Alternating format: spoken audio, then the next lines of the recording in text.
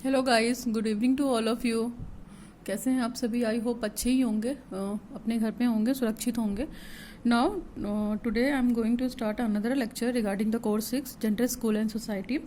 मैं बात करी थी इससे पहले लॉ एंड स्टेट की, कि मतलब स्टेट और स्टेट के अकॉर्डिंग क्या क्या लॉज हैं, ठीक है, रिगार्डिंग द जेंडर इनइक्वालिटी, ठीक है, पीरियड ऑफ जेंडर इक्वालिटी और इनइक्वालिटी और डिस्क्रिमिनेशन के रिगार्डिंग क्या क्या स्टेट का रोल है और वो क्या क्या फॉलो कर सकते हैं। तो मैंने स्टेट भी फॉलो बता दिया था आपको, स्टेट का फंक्शन, स्टेट का रोल, डिवीजन, लॉज भी बता दिए थे कि क्या क्या लॉज बन सकते हैं, उनका फंक्शन क्या है। अभी हम थोड़ा बात करते हैं दोनों को, जिसे जो भी रोल है स्टेट का, ठीक है, एंड लॉ का, वो जितने भी पीरियड हैं डिस्क्रिमिनेशन के, उसमें क्या क्या रोल है। जैसे role of state and laws in various period in gender equality, यानी कि जो विभिन्न कालखंड हैं उसमें लैंगिक समानता में राज्य तथा कानून की भूमिका क्या है ना। Various period in the sense कि वही वैदिक पीरियड, बौद्ध period, medieval period, British period and the modern period. तो यहाँ पे हम देखते हैं, जिससे अगर राज्य की स्थिति की बात करते हैं तो हम जानते हैं कि जो मतलब स्टेट क्या है, प्राचीन काल में नहीं था, क्योंकि अगर वैसे देखा जाए काल चक्र के हिसाब से तो राज्यों के कार्य स्वरूप, उनका भूमिका, उनका रोल, चेंजेस, ये सारी चीजें जितना तय था उतना ही होता था। राज्य सदस्य ही अपनी स्थापना के काल से ही व्यक्ति के जीवन को सुचारू रूप से संपादित कराता था, अपनी आवश्यकताओं की पूर्ति करता था तथा उनकी सुरक्षा और संरक्षण के लिए बहुत सारे कानून बताता था, है ना। तो ये सब इससे पहले वाली क्लास में, इससे प्रीवियस वाले जिसका पार्ट 2 था उसमें डिस्कस किया था। अभी उसके आगे डिस्कस करते हैं कि जो ये विभिन्न पीरियड हैं, बहुत सारे कालखंड हैं, इनमें राज्य तथा कानून किस प्रकार से लैंगिक समानता में वृद्धि करने हेतु भूमिका निभा रहे हैं। यानी कि जो ये इक्वलिटी का कॉन्सेप्ट है, जेंडर इक्वलिटी के कॉन्सेप्ट में, इसमें वो क्या इफेक्टिव रोल दे रहे हैं, हमको उसके बारे में ही डिस्कस करना है।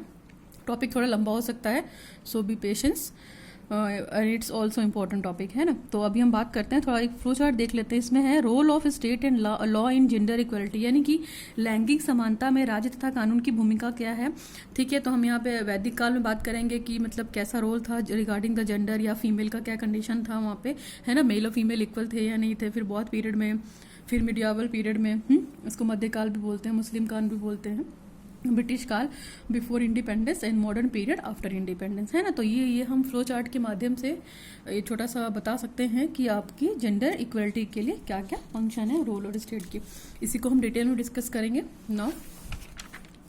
जैसे मैंने वहाँ पे बताया फ्लो चार्ट में, सबसे पहला जो स्टेट था आपका, role of state equality for gender in Vedic period, यानी कि वैदिक काल में हम देखेंगे कि राज्य तथा कानून की, ठीक है, जेंडर इक्वलिटी के लिए क्या क्या रोल था। तो हम आपको बता दें कि वैदिक पीरियड को ही हम प्राचीन काल बोलते हैं, ठीक है, या आप वैदिक पीरियड को ही आप प्राचीन काल बोल सकते हैं और यहाँ पे वैदिक पीरियड भी बोल सकते हैं। यानी कि उस समय जो भी व्यवस्था थी, आश्रम व्यवस्था थी, वर्ण व्यवस्था थी, चारों पुरुषार्थ थे, जिसमें धर्म, अर्थ, काम, मोक्ष, इस तरह के कोऑर्डिनेशन की कंडीशन थी, ठीक है। वहाँ पे आश्रम थी और आश्रम में ही गुरु लोग शिक्षा देते थे, वहाँ पे गुरुकुल जैसा सिस्टम था, ठीक है। तो इस समय राजा का कार्य क्या होता था, पिता की भांति अपनी प्रजा का संरक्षण करना, उनको सेव करना और उनको हर तरह की फैसिलिटी देना। तो अगर राजा मतलब यदि प्रजा में किसी प्रकार का गतिरोध या समस्या आए तो उसका तुरंत सोल्यूशन निकालना राजा के ही हाथ में, वहाँ पे कानून था। जैसे यहाँ पे स्टेट के हाथ में, गवर्नमेंट के हाथ में लॉज हैं, वहाँ पे राजा के हाथ में था। तो वो अपने मंत्रियों तथा गुरुओं से विचार विमर्श करके इन सारे प्रॉब्लम्स को शॉर्ट आउट करता था। ये वैदिक पीरियड के टाइम की बात है अगर देखा जाए तो।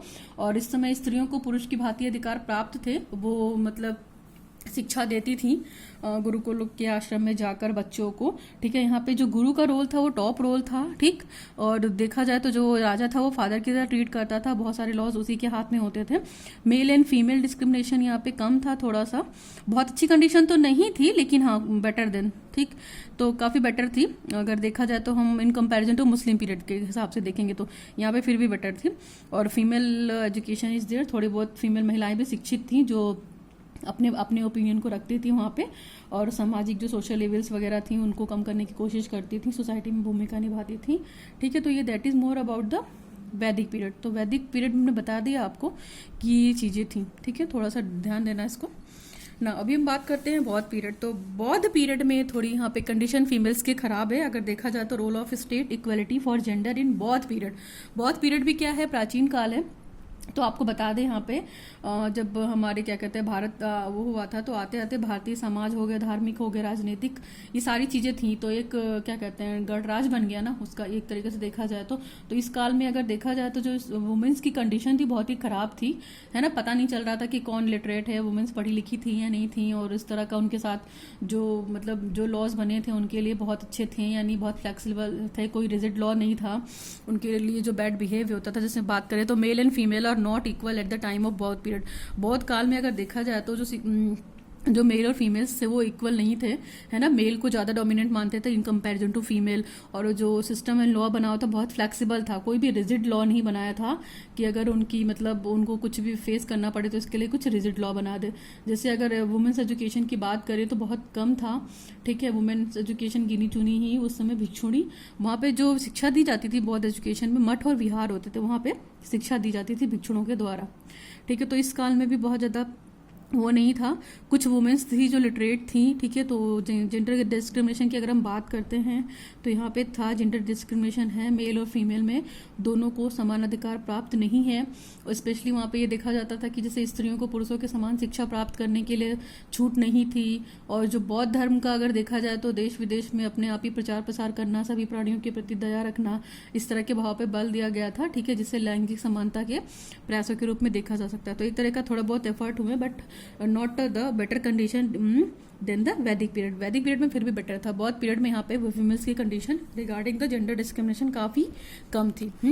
तो अभी हमने यहाँ पे वैदिक और बौद्ध डिस्कस किया। Now we come to the role of state equality for gender in medieval period. Medieval period को हम लोग मध्यकाल भी बोलते हैं या मुस्लिम काल भी बोलते हैं, ठीक है ना। एक तरीके से 2 पीरियड गुजर गए, उसके बाद ये तीसरा पीरियड है, इसके बाद 2 और पीरियड होंगे, इसलिए इसको मध्यकाल भी बोलते हैं, मतलब मीडिएटर एक तरीके से देखा जाए तो इस पीरियड को हम मुस्लिम काल या प्रजन काल बोलते हैं। इस काल में देखो बहुत सारे लोग गुलाम थे, ठीक है। तो उस समय तुम आपको बता दें कि भारत में मुस्लिम का टाइम बहुत ज़्यादा उन लोगों ने शासन किया है, ठीक है। तो इसमें गुलाम वंश हो गया, खिजली वंश हो गया, सैयद वंश को देखा जाए, लोधी वंश को, मुगल वंश के लोगों ने काफ़ी शासन किया इंडिया पे उस टाइम पे।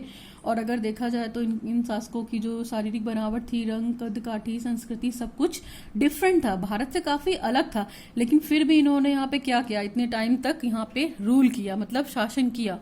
तो इसका बहुत बड़ा रीज़न था संस्कृति, ठीक है। संस्कृति का सोसाइटी पे क्या इम्पैक्ट पड़ता है। तो इनका जो मेन मोटो था, अपने धर्म को किसी भी हाल में ये लोग प्रमोट करना चाहते थे। मतलब शिक्षा की बात तो बहुत दूर की थी, ये चाहते थे कि जो मेरा मुस्लिम धर्म है, ठीक है, उसको हम फैला दें, मतलब सबको मुस्लिम बना दे, इस तरह की कंडीशन थी वहाँ पे। और महिलाओं की कंडीशन बहुत ही खराब थी देखा जाए तो। यहाँ पे लोग भोग विलासी टाइप के लोग थे, ड्रिंक करते थे, वुमेन्स को गलत नज़र से देखते थे, इस तरह की कंडीशन, मतलब समझ लीजिए कि आप कंडीशन कैसी खराब होगी इस समय वुमेन्स पीरियड में, ठीक। और यहाँ पे गरीबी भी बहुत ज़्यादा थी। दूसरी चीज़, वो शिक्षा के लिए तो छोड़िए, आप कोई बात ही नहीं थी, जो समाज की स्त्रियाँ थी वो भी शिक्षित नहीं थी, ठीक। जिससे अगर मैंने मुस्लिम पीरियड में बात की थी या मिडिवल पीरियड में बात की थी तो कुछ ही लेडीज़ लिटरेट थी, जैसे चांद बीबी हो गई, रजिया सुल्तान हो गई, नूर जहाँ हो गई, गुलबदन बेगम हो गई, ठीक है, जीजाबाई या मुक्ताबाई। तो ये सब भी थी, अच्छा शासन कर सकती थी, लेकिन ये फीमेल होने का मतलब खामियाजा इन लोग को भुगतना पड़ा, बहुत टाइम तक रूल नहीं कर पाई, ठीक है। तो डिस्क्रिमिनेटिंग हो गया, stereotyping kind of behave for women girls, है ना, सबके लिए मतलब रूढ़िवादिता टाइप का व्यवहार था, ये सारी चीज़ें थी, ठीक है। केवल जो बहुत मतलब वेल सेटल्ड फैमिली होती थी उनके घर की ही लेडीज़ ही मतलब एजुकेटेड हो पाती थी, वो भी उनको घर पे शिक्षा दी जाती थी, पर्दे के अंदर रहकर शिक्षा दी जाती थी, इस तरह की चीज़ें थी, ठीक है। तो फिर भी देखा जाए तो इस पीरियड में लैंगिक जो सेक्सुअल डिस्क्रिमिनेशन था या जेंडर डिस्क्रिमिनेशन था, इन्हीं की वजह से बहुत ज़्यादा कम नहीं हो पाया, इवन डिस्टेंस बढ़ती चली गई, ठीक है। तो इसके लिए इन लोगों ने कोई एफर्ट नहीं किया, स्त्री को बस ये सोच लिया कि हाँ ये मतलब ह्यूमन है, एज ए लेडी है, तो इसको बस ऐसे ही छोड़ दो। तो इस तरह की चीज़ें थी। तो यहाँ पे भी इक्वलिटी की बात नहीं की गई थी, एक तरीके से मतलब बुरा ही था स्त्रियों के लिए, ठीक है। अभी हम बात करते हैं चौथा period, role of state equality for gender in British period, यानी कि ब्रिटिश काल में, ठीक है, राज्य तथा कानून की लैंगिक समानता है तो क्या भूमिका थी। तो हम बता दें आपको, जो ब्रिटिश काल था इंडियंस के लिए, मतलब एक कंडीशन देखा जाए तो डे बाई डे ही था, इंडिया गुलाम था, ठीक है। तो उसके हाथ में कुछ भी नहीं था। कुछ अंग्रेज थे जो भारतीयों की हिंद दशा से बहुत परिचित थे, और उस समय देखा जाए तो अंग्रेजों ने काफ़ी शासन किया था भारत पे। तो फिर मतलब अंग्रेज और भारतीय दोनों ने भारतीयों में थोड़ी बहुत मांग की कि हाँ, स्त्री शिक्षा पे भी बात की जानी चाहिए, महिलाओं को भी उनका अधिकार देना चाहिए, ठीक है, उनके उनके साथ डबल बिहेव नहीं करना चाहिए। जैसे उस समय बहुत सारे सोशल रिफॉर्मर्स यानी समाज सुधारक भी हुए थे, जिन्होंने ये कहा था कि स्त्री का शिक्षित होना भी उतना ही जरूरी है जितना पुरुष का। जैसे अगर हम बात करें सोशल रिफॉर्मर्स में, तो राजा राम मोहन राय थे, सामाजी गणकवाड़, ईश्वर चंद्र विद्यासागर, इसके बाद महात्मा गांधी, इन लोगों ने वुमेन्स एजुकेशन के लिए काफ़ी एफर्ट किया और काफ़ी इंप्रूवमेंट भी की वुमेन्स एजुकेशन को। इसके लिए लोगों ने पर्दा प्रथा खत्म की, चाइल्ड मैरिज एक्ट था, सती प्रथा थी, तो इन सबको भी खत्म करने का प्रयास किया, ठीक है। तो और अंग्रेजों ने भी इनकी स्थिति को देखने के लिए उनको काफ़ी सुझाव दिए, ये सब कंडीशन देखकर, क्योंकि स्त्रियों की शिक्षा के लिए अंग्रेजों ने क्या किया था, निःशुल्क और अनिवार्य कर दिया था, और फीमेल टीचर्स को अपॉइंट कर दिया था। फीमेल ऑब्जर्वेशन थे जो पर्दे में ही रहकर शिक्षा ग्रहण करने के लिए कुछ स्पेशल टीचर अपॉइंट किए थे जो घर पे जाकर पढ़ा सके, ठीक है। महिलाओं को के लिए अलग अलग विद्यालय खोल दिए, इस तरह के सजेशंस दिए उन्होंने कि ताकि उन्हें मतलब कोविड में पढ़ने में दिक्कत ना हो, ठीक है, देखा जाए तो उस समय पे भी अगर they are made the separate school teachers for the promoting the women's education को प्रमोट करने के लिए बहुत सारे एजुकेशन सिस्टम बना दिए, वुमेन्स एजुकेशन सिस्टम बना दिए, है ना। उसके बाद and they are allowed the free and compulsory education for, तो यहाँ पे अगर देखा जाए बात करें तो there are many commission just like that. तो उस समय भारत में बहुत सारे कमीशन भी दिए, कमीशन के सुझाव भी आ दिए। जैसे वुड डिस्पैच की बात करते हैं तो वुड डिस्पैच जो हमारा आया था ये 1854 में आया था। तो वुड डिस्पैच ने ही हायर एजुकेशन की देखा जाए या एक तरीके से भारत में शिक्षा की अच्छी शुरुआत की। वुड डिस्पैच ने अपना काफ़ी प्लान बनाया और इसमें काफ़ी सारी चीज़ें बताई कि प्राइमरी एजुकेशन कैसे कंपलसरी है, फ्री होनी चाहिए सभी के लिए, ठीक है। इसके बाद हंटर कमीशन आया जो 1882 में आया। तो हंटर कमीशन ने भी उच्च शिक्षा के बारे में काफ़ी बात की। फिर हर्टाग समिति आपकी आई, फिर सार्जेंट कमीशन आया 1944 में, फिर हर्टाग समिति आपकी आई थी 1929 में, ठीक है। तो इस तरह की चीज़ें थी, ये सारे सन थे, ये सारे कमीशन एक के बाद आए और इन्होंने शिक्षा के क्षेत्र में काफ़ी अच्छा एफर्ट दिया। यानी कि देखा जाए तो अगर ब्रिटिश टाइम में बात की जाए तो काफ़ी प्रोग्रेस हुई, ठीक है। तो इससे क्या हुआ कि सेक्सुअल डिस्क्रिमिनेशन या जो जेंडर डिस्क्रिमिनेशन था उसके लिए लॉज भी बने, जिससे जो हमारी सोसाइटी था उस पर थोड़ा सा इम्पैक्ट पड़ा कि हाँ, हमें उनको रिस्पेक्ट देनी है और इस तरह के मतलब डिस्क्रिमिनेशन को ख़त्म करना है, उनके साथ गलत बिहेव नहीं करना है, ठीक है, भेदभाव व्यवहार नहीं करना है, डिस्क्रिमिनेट नहीं करना है सोसाइटी में, उसको लेकर चलना है, ठीक है। तो इन लोगों ने इन सब चीज़ों के साथ देख कर, जैसे अगर बात की जाए उस समय बहुत सारी महिलाएं ऐसी थी जिन्होंने डायरेक्ट इंडियन मूवमेंट में, इनडायरेक्ट और डायरेक्ट फॉर्म में देखा जाए तो पार्टिसिपेट किया फ्रीडम मूवमेंट में, ठीक है। तो आज भी हम ये कह सकते हैं कि उस समय भी इन्फीरियरिटी कॉम्प्लेक्स था वुमेन्स के अंदर रिड्यूस होने का, ठीक है। फिर some laws are also intacted under the pressure from the Indian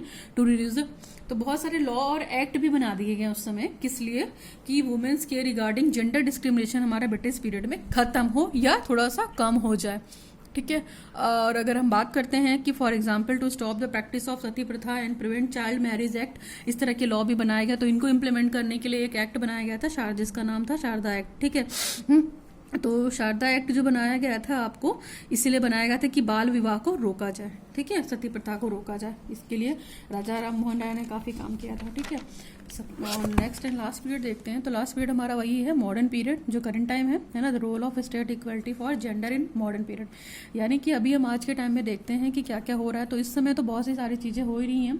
अगर देखा जाए तो इंडिया को जो फ्रीडम मिली थी वो 1947 में मिली थी, ठीक है। उसके बाद इंडिपेंडेंस जब मिली तो उस समय डेमोक्रेटिक कंट्री बन गई थी इंडिया, ठीक है, टाइम लगा थोड़ा। फिर उसमें अगर देखा जाए तो वुमेन्स एजुकेशन बहुत कम थी, शायद उस समय बहुत ही कम थी, ओनली 6% आर देयर, ठीक है। इतने बड़े भारत जैसे साम्राज्य में वुमेन्स की शिक्षा केवल, स्त्रियों की शिक्षा केवल मात्र 6% थी। तो आप ये सोचिए कि कितनी बैड कंडीशन रही होगी वुमेन्स के लिए, क्योंकि अशिक्षित स्त्रियां क्या होती थी, केवल वो घर देख पाती थी, घर मतलब, ठीक है, और उसमें गलत है सही है क्या है इसमें वो मतलब डिस्क्रिमिनेट भी नहीं कर पाती थी, ठीक है। तो इसका खामियाजा ना क्या होता था, जो विधवा विवाह होता था, बाल विवाह वगैरह होता था, पर्दा प्रथा हो गया, पुरुष डोमिनेंट सोसाइटी हो गई। तो इस तरह की चीज़ें तभी समाप्त होंगी जब हमारे समाज की स्त्रियां क्या होंगी, शिक्षित होंगी, ठीक है। तो उनको शिक्षित करना है, आपको शिक्षा पे विशेष बल देना है। तो मॉडर्न पीरियड में बहुत सारे लॉज बन रहे हैं सेक्सुअल डिस्क्रिमिनेशन के रिगार्डिंग और बहुत सारे टाइम भी आ गया, कमीशन भी आ गया, सेक्शन भी आ गया। तो अभी थोड़ा इसको हम डिटेल में डिस्कस करते हैं और बहुत इंपॉर्टेंट है, आप थोड़ा समझिएगा। जैसे यहाँ पे जेंडर डिस्क्रिमिनेशन को ख़त्म करने के लिए बहुत सारे लोगों में अवेयरनेस लाया, उन लोगों ने, लॉज ने, स्टेट ने, फिर जागरूकता लाने के लिए सरकारी तथा गैर सरकारी स्तरों पे काफ़ी प्रयास किया गया, ठीक है। और अगर हम बात करते हैं तो इंडिया के कॉन्स्टिट्यूशन में ना, प्रियम्बल ऑफ द कॉन्स्टिट्यूशन में 3-4 चीज़ें देखी गई थी जिस सभी के लिए सेम थी, चाहे वो मेल हो चाहे वो फीमेल हो। तो जैसे फ्रीडम, इक्वलिटी, जस्टिस एक्सेट्रा, ये सारी चीज़ें थी, ठीक। संविधान की उद्देशिका में इसकी बात की गई थी कि फ्रीडम, इक्वलिटी, जस्टिस सभी के लिए समान होना चाहिए, चाहे वो स्त्री हो चाहे वो पुरुष हो, ठीक है। यहाँ पे सेक्शन, यहाँ पे बहुत सारी धाराएं बन गई आपकी, देखा जाए तो। अगर बात की जाए तो संविधान की धारा 14, 15, 17, 21, 22, 23, 24, 25, 29 के द्वारा स्त्री पुरुष दोनों को समानता के लिए उपबंध बनाया गया, जिसमें यह कहा गया कि सेक्सुअल डिस्क्रिमिनेशन को में बहुत कमी आई, ठीक है। स्त्रियों को पुरुषों के समान ही रहने सहने का अधिकार मिले, ठीक है। उन्हें भी वो फ्रीडम मिले, फ्रीली वो सोच सकें और उनकी कंडीशन में इम्प्रूवमेंट हो, ठीक है। फिर एक प्रोविजन बना कि उनके लिए एक सेपरेट स्पेशल के तरीके के कोर्स चलाया जाए वुमेन्स के लिए, जिसमें वो शिक्षा ग्रहण कर सकें, ठीक है। इसके बाद वुमेन्स एजुकेशन को फ्री एंड कंपलसरी किया गया, बालिकाओं की निःशुल्क शिक्षा तथा शिक्षा व्यवस्था, स्कॉलरशिप या हॉस्टल वगैरह इस तरह की चीज़ों को भी इम्प्लीमेंटेशन में लाया गया, ताकि क्या हो, थोड़ा सा जेंडर डिस्क्रिमिनेशन खत्म हो। फिर प्रोविज़न बने, तो प्रोविज़न में आपको पता ही है कि आर्टिकल 45 में 6 से 14 साल तक के बच्चों को फ्री एंड कंपलसरी एजुकेशन दी जाती थी, ठीक है। अगर 45 की बात करें तो निःशुल्क प्राइमरी एजुकेशन की, ठीक। फिर इसके बाद बहुत सारे करस्पॉन्डेंस कोर्सेज चलाए गए, जिसमें क्या हुआ कि यूनिवर्सिटीज़ वगैरह में महिलाएं जाकर पढ़ने लगी, उनको वहाँ पे स्कूल में जाने की जरूरत नहीं पड़ती थी, वो घर पे स्टडी मटेरियल अवेलेबल कराकर पढ़ लेती थी, या इस तरह की चीज़ें हुई। तो इससे भी एजुकेशन में थोड़ी सी वृद्धि हुई और जेंडर डिस्क्रिमिनेशन थोड़ा सा कम हुआ।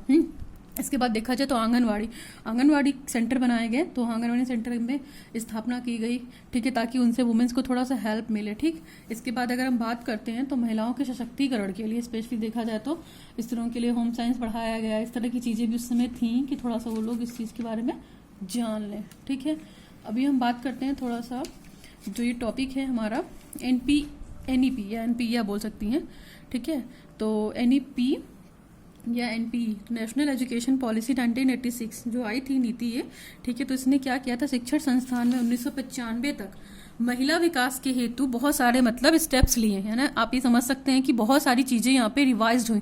एजुकेशन के फील्ड में बहुत बड़ा पॉलिसी है ये, जो मतलब टीचर्स के लिए बहुत काम किया है इन लोगों ने। आप ही समझ लीजिए कि अभी जो जैसे नेशनल एजुकेशन पॉलिसी जो आई है 19 वाली है ना, 2019 वाली, 2019 वाली, ठीक है। तो उसमें ये वो है, जैसे मैं NEP की बात कर रही हूँ, ठीक है। तो 2019 वाली जो NEP आई है उसने शिक्षा मतलब आप ये समझ सकते हैं कि अध्यापक शिक्षा के लिए बहुत सारी बात की, जैसे BEd कोर्सेज को इंटीग्रेटेड कोर्सेज चला दिए हैं, 2 years कोर्सेज, ठीक है, 4 years courses, according to their interest they can do the BEd और नॉट BEd, है ना। बहुत सारे नॉर्म्स बना दिए हैं कि अगर जिन्हें BEd करना है तो ही इसी फील्ड में आए, है ना। अदरवाइज फालतू के लोग, जैसे जो लोग MBA वाले BEd कर ले रहे हैं, कोई भी उठाया जिसका मुंह चलाया उसने BEd कर लिया, क्योंकि उसके पास कोई जॉब नहीं है, BEd करेगा, ठीक है। तो BEd नहीं हो गया, एक तरीके का यूनिवर्सल वो हो गया, कॉस्मोपॉलिटन हो गया कि हाँ पूरे वर्ल्ड में फैल गया है। तो अभी बहुत सारे नॉर्म्स बन गए हैं, तो अभी जो कंडीशन फॉलो करनी है उसके रिगार्डिंग सब लोग BEd नहीं कर सकते हैं, ठीक है।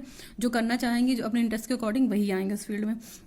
तो उन्होंने डेवलप किया, ठीक है। उसमें स्त्री सशक्तिकरण की बात की गई, काफ़ी सारे एजेंट भी बनाए गए डायरेक्ट के लिए। जैसे यहाँ पे हम बात करते हैं तो यहाँ पे दे रखा है NIEP, ठीक है। तो NIEP क्या है, ये नेशनल, मैं यहाँ थोड़ा लिख दे रही हूँ, आप देख सकते हैं, NIEPA। तो ये क्या है, ये नेशनल एक तरीके से देखा जाए इसका एब्रीविएशन जो है national institute of educational planning and administration, है ना। एजुकेशनल प्लानिंग एडमिनिस्ट्रेशन, ठीक है। तो इस तरह का एक एडमिनिस्ट्रेशन बनाया गया, किसके लिए, वुमेन्स की ट्रेनिंग के लिए, शिक्षकों की ट्रेनिंग के लिए, जो शिक्षा है अध्यापक पात में, ठीक है। तो इस तरह की चीज़ें भी बनाई गई। इसमें ये देखा गया मतलब राजकीय लेवल पे कि उपयुक्त संस्थाएं हैं शिक्षकों के लिए, प्रशिक्षकों के लिए जो ट्रेनिंग ले रहे हैं, बहुत सारे ऑर्गेनाइजर को मतलब अवेयर कराया गया इसके बारे में। उसको मतलब काफ़ी इम्प्लीमेंट करने के लिए बहुत सारे एफर्ट किए गए। उसी में ऑपरेशन ब्लैक बोर्ड भी आता है, ये OBB का मतलब है ऑपरेशन ब्लैक बोर्ड। ये स्टार्ट हुआ था आपका 1986 में, ठीक है। तो इस बोर्ड के जो OBB ऑपरेशन चला था, ऑपरेशन ब्लैक बोर्ड, इसमें क्या था कि एक टीचर पे आपको 25 स्टूडेंट अलाउ है, ठीक है ना। अगर एक क्लासरूम है, एक क्लासरूम होना चाहिए, एक व्यवस्था होनी चाहिए क्लासरूम का, एक सेटअप दे रखा था कि ऑपरेशन ब्लैक बोर्ड के अंतर्गत एक स्कूल में क्या क्या होना चाहिए। तो क्लासरूम होना चाहिए, 25 बच्चों पे एक टीचर होना चाहिए, क्लासरूम के बाहर एक वॉशरूम अटैच होना चाहिए, बोर्ड की व्यवस्था होनी चाहिए, लाइट उचित आनी चाहिए, टैक्स सिटिंग अरेंजमेंट अच्छा होना चाहिए। तो इस तरह की चीज़ों से भी, ऑपरेशन ब्लैक बोर्ड से भी हम लोगों ने क्या किया था, प्राइमरी एजुकेशन के एफर्ट को, लेवल्स को काफ़ी सुधारा था, ठीक है।